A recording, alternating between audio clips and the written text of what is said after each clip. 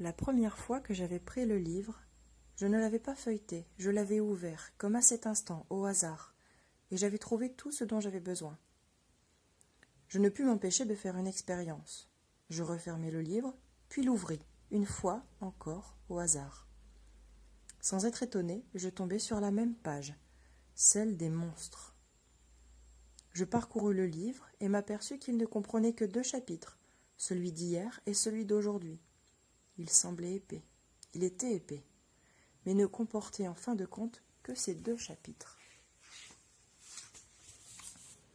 Et je savais que, la veille, il n'y en avait qu'un seul.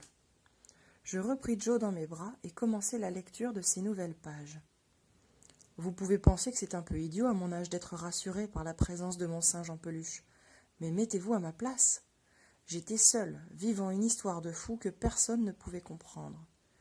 Bien sûr, j'aurais été heureuse d'avoir un ami, un vrai, pas en peluche, qui me rassure.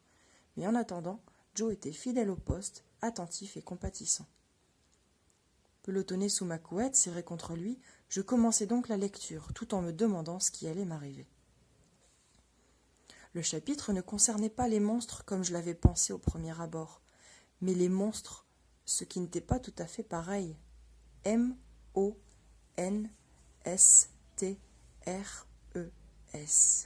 Monstre. Mauvaise opinion. Négative.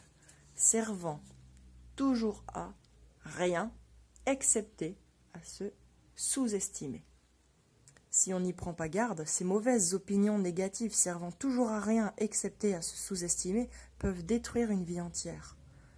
Chaque personne est responsable de ses propres monstres. Elle seule peut les rendre inoffensifs. Ils attaquent si insidieusement qu'on a peine à les identifier, pensant que les assauts viennent de l'extérieur. La puissance des monstres est proportionnelle à l'importance que vous leur donnez.